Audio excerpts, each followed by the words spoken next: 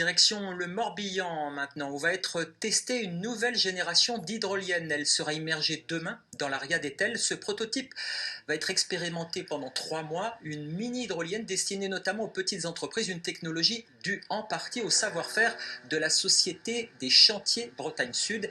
Elle est spécialisée dans la décarbonation des bateaux et l'innovation. Reportage de Johan Etienne et Stéphanie Zad.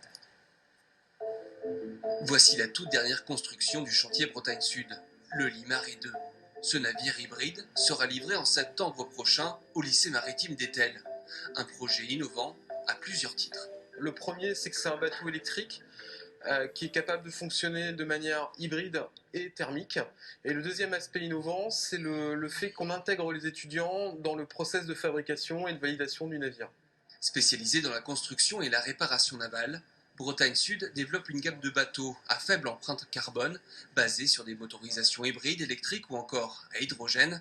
La volonté de l'entreprise est d'accompagner les armateurs vers la décarbonation du milieu maritime.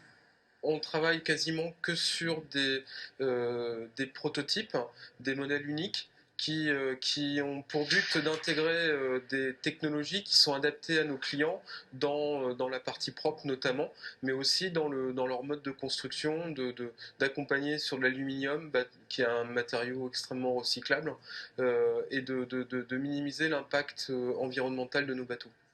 L'an dernier, l'entreprise a développé la première barge ostréicole française à propulsion électrique. Un deuxième modèle est en cours de construction pour orienter les ostréiculteurs vers des bateaux plus propres.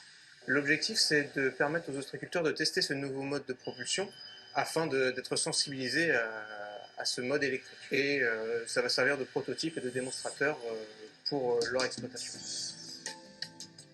Depuis quelques années, le chantier s'est également spécialisé dans la construction de drones de surface à l'image de ce drone de sauvetage, le Speed Rescue.